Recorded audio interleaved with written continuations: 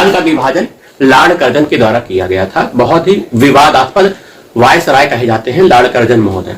Curzon महोदय द्वारा बहुत से कार्य किए गए, लेकिन सबसे विवाद लड़ाई झगड़ा वाला काम बंगाल का विभाजन है, जो कि 16 अक्टूबर 1905 को हो जाता है। 16 अक्टूबर 1905 से पहले ही बंगाल विभाजन की घोषणा की गई थी। 19 जुलाई को ही घोषणा हो गई थी कि बंगाल का विभाजन 16 अक्टूबर को किया जाएगा।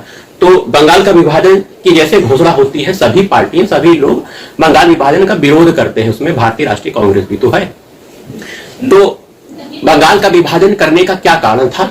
कर्जन महोदय कहते हैं, या फिर कंपनी कहती है, अंग्रेजी सरकार कहती है कि बंगाल की जनसंख्या बहुत ज्यादा थी, क्षेत्रफल भी ज्यादा था। बंगाल की जनसंख्या उस समय लगभग 8 साढ़े 8 करोड़ थी, जो कि बहुत ज्यादा थी। और पश्चिम जो बंगाल है उस समय आज का पश्चिम बंगाल नहीं है, बहुत से प्रांत उसमें जुड़े हुए थे। पश्चिम बंगाल में आज का पश्चिम बंगाल हो गया, उड़ीसा हो गया, बिहार हो गया, झारखंड हो गया, राजशाही हो गया, ढाका हो गया, चटगांव हो गया, असम का कुछ भाग हो गया। तो ये सब राज्य मिलकर बंगाल बनाते थे। और इतने बड़े क्षेत्र की आबादी भी बहुत ज्यादा थी, जो कि 8 साढ़े 8 करोड़ थी।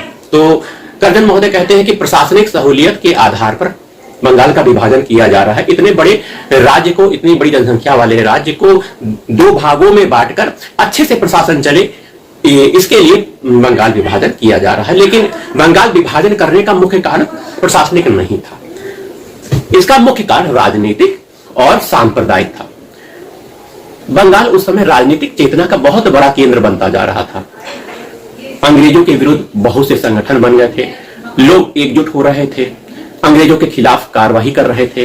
तो राजनीतिक चेतना का केंद्र बनता जा रहा था। भारतीय राष्ट्रीय आंदोलन को बढ़ाने का कार्य बंगाल में हो रहा था।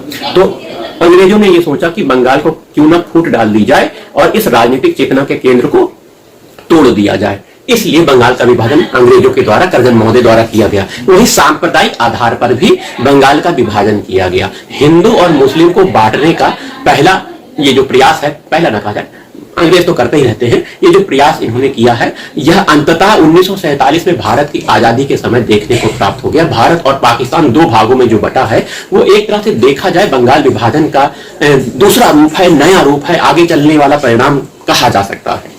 क्योंकि बंगाल विभाजन के समय हिंदू और मुस्लिम लोगों को 2 भागों में बांटने का प्रयास किया गया था। बंगाल को 2 भागों में बांटा गया था, एक पूर्वी बंगाल, एक पश्चिमी बंगाल। पश्चिमी बंगाल में हिंदू बाहुल्य क्षेत्र था, मुसलमान भी थे, लेकिन बाहुल्यता थी पश्चिम बंगाल में, हिंदुओं की ज्यादा थी। वही पूर्वी बंगाल में मुसलमानों की जनसंख्या बहुत ज्यादा थी, हिंदुओं की संख्या उसके मुकाबले कम थी। तो हिंदू मुसलिम के आधार पर 2 भागों